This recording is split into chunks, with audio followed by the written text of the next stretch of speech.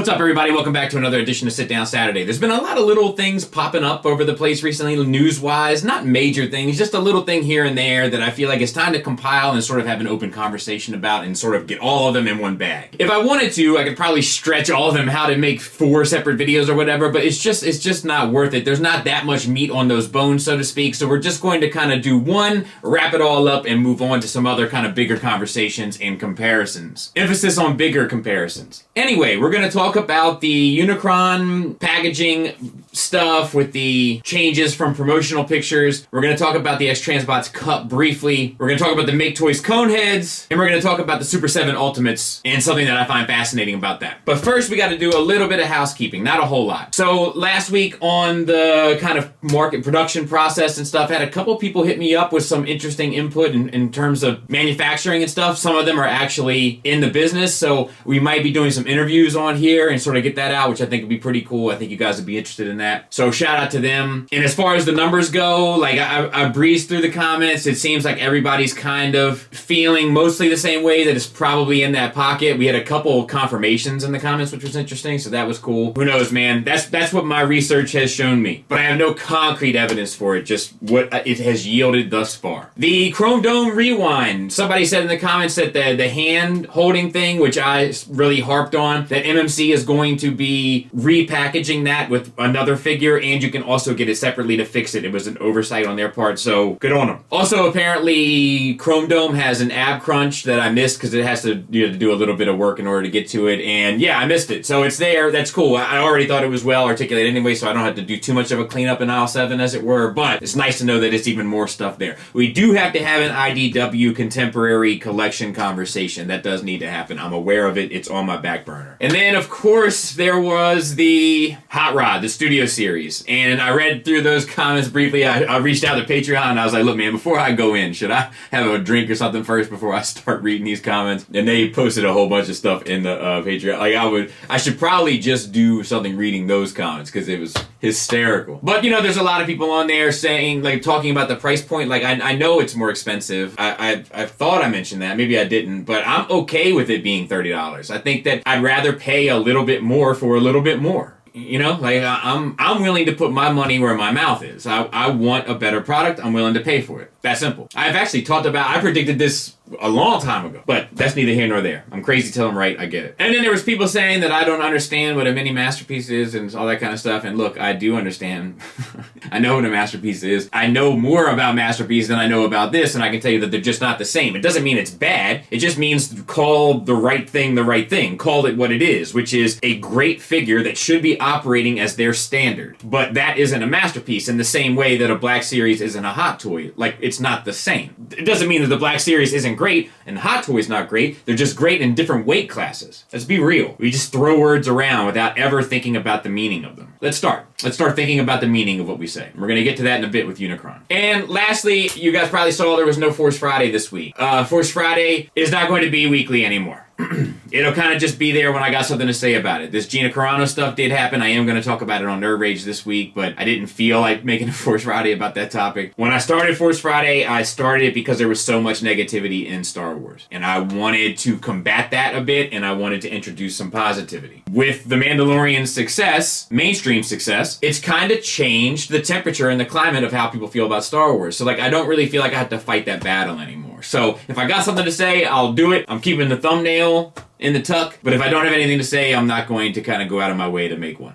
Oh, real quick, Chinese New Year has begun, so happy Chinese New Year to all the folks who celebrated, and much success for a new year. Happy Chinese New Year to you. So let's get into it, and I basically want to get into 3 different things, and we'll just go ahead and get started, and we'll get started kind of with the big one, right, which is so to speak. So images have surfaced regarding the Hasbro Unicron. I got my email that it's en route to me, that I got to confirm my shipping address and all this kind of stuff, so it's coming, right? And we see that there have been some changes because they released, I guess, video footage of the packaging process and shipping them out the door. We're gonna ship them out a whole new door. And the mouth of the planet, people call them maw, I don't know, dude. What am I, an astronaut? But the mouth of the planet thing, it was all orange, and now it's orange teeth on top of kind of the turquoise color base, right? And people lost their minds. Now, supposedly there's something else with the stand, the display stand. I think that, I don't think that's a big deal. I think we could just forget that one. And then the Galvatron looks like complete dog,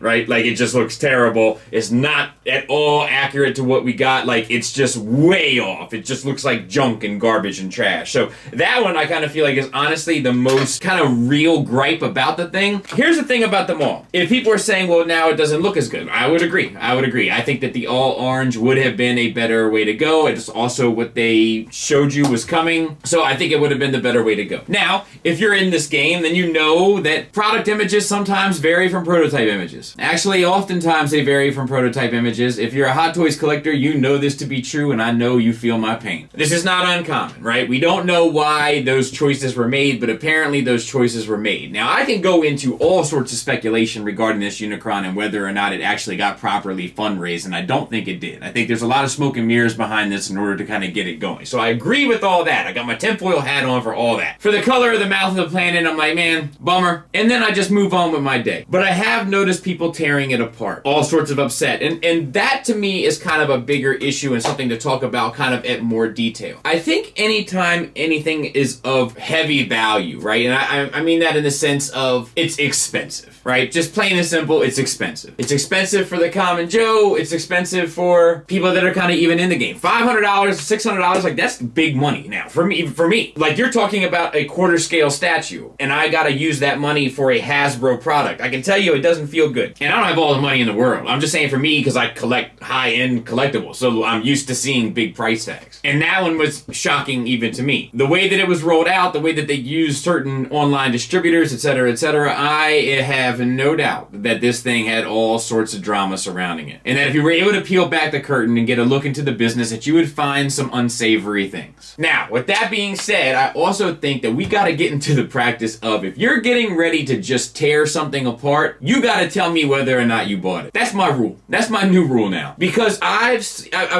been around the block a few times at this point, and I've been into this type of stuff specifically for 6 years now. And it happens every time. Every time there's something that comes out that's pricey, people find something about it and then confirm their bias that it's trash. Which is not cool. You're not adding anything. You're only trying to take away. That's your lot in life. That's the choice that you've made. Because you're a hater. Because you're jealous. And because you can't have what you want. Now you have to make it feel less than for somebody else. And it happens every time. So from now on, if you're the one tearing it apart, my suggestion to everybody is say, show me the pre-order notice. And I would go as far as to suggest it ain't there. This person, this type of person, was going to find something about this product regardless to tear it down. Now, if you did pre-order it and you're that upset about it, valid. But if you didn't, if you're not even in this, go sit down and read a book somewhere. But there's a lot of it. And it happens with everything. And it happens across the board. I see it with things that I'm going to buy. I see it with things that I'm not going to buy. Let's take this cup, for example. This X-Transbots Cup that's coming out. And this one is the opposite, right? Seemingly. I haven't bought it. I hope to have the opportunity soon to take a look at it, but it seems to have some significant issues. In fact, X-Transbots is even calling, supposedly, for a recall. I will say this in their defense. One, I feel like people are more upset about the Unicron mouth than they are about the X-Transbots Cup falling apart out of the box. Speaking of being around the block a few times and being in this for 6 years now, stuff that comes out really close to Chinese New Year often feels rushed to me. It feels like they were trying to get it out the door and kind of put a pin in that project to start fresh on something else when they came back. If I was going to shoot them some bail. But that's all I got. But while the disappointment is surely there, it's not as venomous to me, which is just psychologically is something I find interesting about us in this. Now let's move on to the next thing. Super7 has got the Transformer license for non-transforming products. And they've shown 4 images. A Star Starscream, a Bombshell, Bonsaitron is his name, I think, whatever that guy was, and Optimus Prime. And they all look fine. They all look cool enough, I guess. I'm not in on any of it. They're definitely taking the kind of goofy element of it and really kind of honing in on that. And I don't mean that in a negative way, but like Prime with the surfboard and stuff. And I listened to his interview with Pixel Dan, and he talked a lot about like the nuance of the goofiness and how much he likes that stuff and everything. And then he talked a bit about being surprised about the red line. And I gotta tell you, that's where I find my surprise too. That Hasbro leased this license out. Think about this for a minute. Hasbro leased the license out of this Super 7 collectibles thing to Super 7 to make non-transforming action figures, and then made non-transforming action figures in a similar style and scale. Not the same scale, but similar. Similar enough where I would be looking at them funny if I just paid money for that license. 1000%. So that's kind of what I find most interesting about that, and I think it's something that we should look into a bit. I'm hoping to have the opportunity to take a look at one of those, but imagine the business end of that. It had to feel away. Lastly, I heard that Make Toys has pushed back the release date of the rest of their Coneheads to 2022. And I've talked about Make Toys at length on this channel, and I wish Make Toys the best. I miss Make Toys' presence in all of this. I think Make Toys is needed right now. I think that's it. I think it's over. And if you look around at a lot of things, there's a lot of disparaging angles to view a lot of this right now. And I'm going to have a conversation about that very soon. But think about the delay it's already been. Think about where Takara is headed with their Seekers, and think about the potential for disastrous results if they put a whole bunch of money, energy, and effort into that at late 2021 or into 2022. They didn't say when 2022. Could be late 2022. It doesn't look like a good investment right now. I think that the passion that Make Toys had is long gone. I think between business dealings, products that didn't sell extremely well when they had a lot of faith in them, and inner turmoil, I think that has all added up to a breaking of a company. And yeah, we got that jazz, and it was great, you know, and more power to them. But when I heard that, I was like, man, there's no way that these things are ever coming out, which is a bummer.